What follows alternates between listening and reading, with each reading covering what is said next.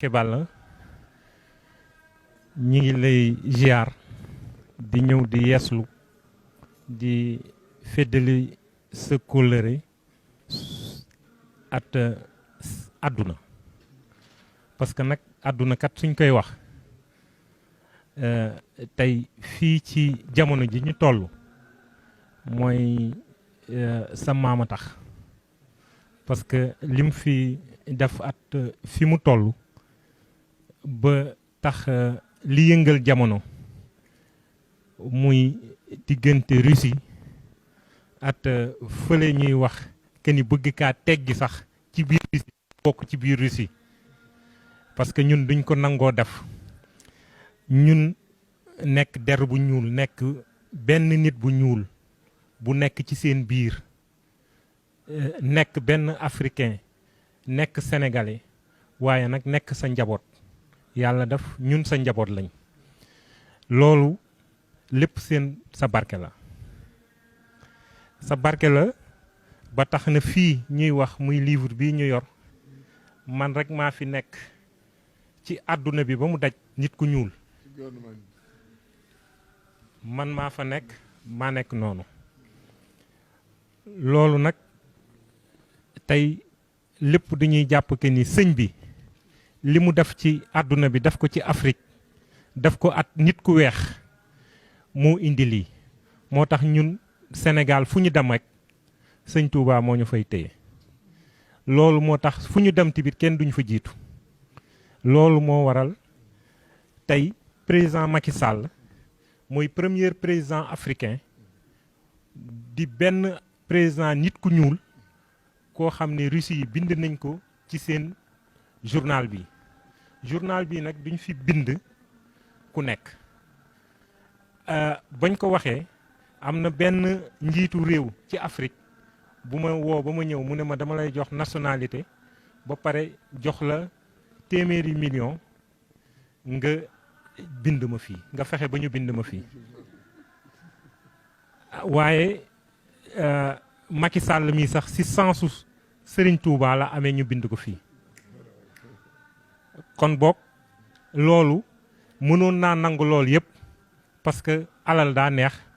waaye sëñ Touba mën nañu ci suñu deret ba mënuñoo nangu loolu moo tax ñu bind ko fii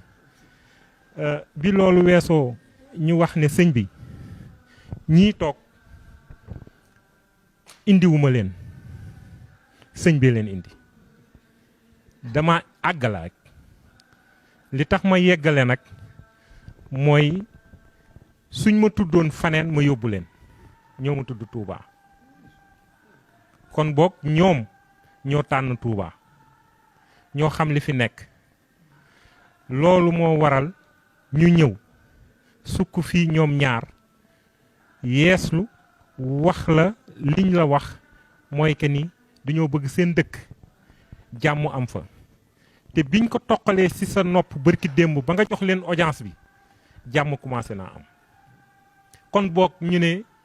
kon ñoom duñuy ñëw jàkkaarloot yow te xam nañ ne ñoom ñaar ku ci nekk sa njaboot ña nga fa ñoom ay missionnaire lañ ñu bëgg ñëw àggale lii pour parce que ba ñuy ñëw tamit tàggu nañ seeni njiitu réew donc ku ci nekk tey dafa am loo représenté ci réew moomu parce que ñoom ku ci nekk yaa nekk fii ci Afrique di doxal réew moomu li muy def waaye nag yàlla def na ne sa jarbaat sa sët bii toog moom la yàlla def ci sa barke maam ci liggéeyu sëñ Touba si fi sëñ Touba toll at la mu def at tubaab yi te xamoon ne bis dina ñëw ñun ñu jiite leen moo tax tey ñun ñu jiite leen. kàddu yi nga xam ne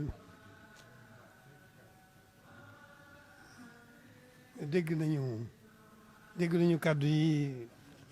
sëñ Abdoulaye Sow wax ci li leen tax a jóg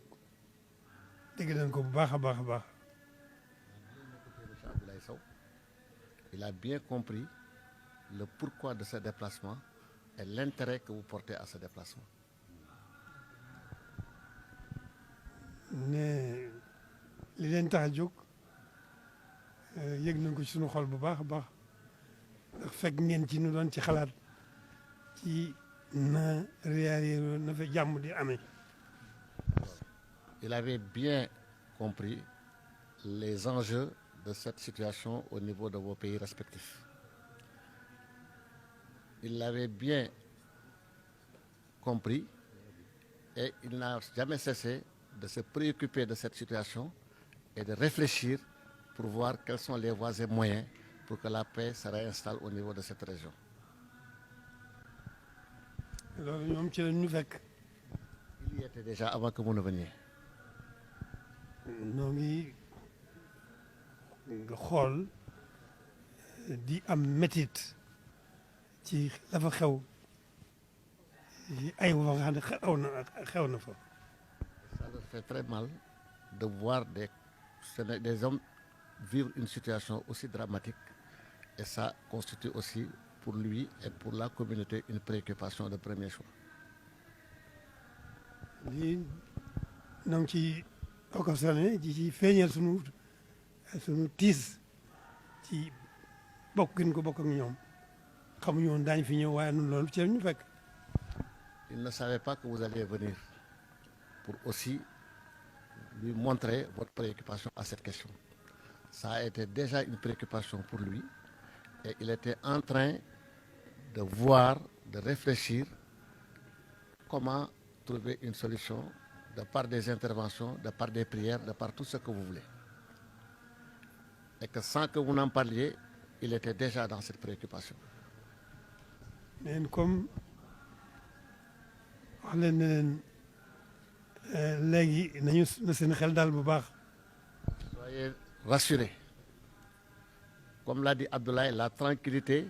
et les débuts de solutions ont commencé à poindre à l'horizon et ça va aller crescendo et Inch'Allah Rabbi, il y aura ce que l'on souhaiterait avoir dans cette situation. soo leen bëggee abonné ci chaîne bu mag bii di Académie Minane dem leen YouTube bind Daaru Minane ngir nag nga abonné yomb na bësal cloche bi lépp yemb su boobaa dara nag dootu la rawati ci actualité ci communauté mouride ak chaîne bii di Daaru Minane.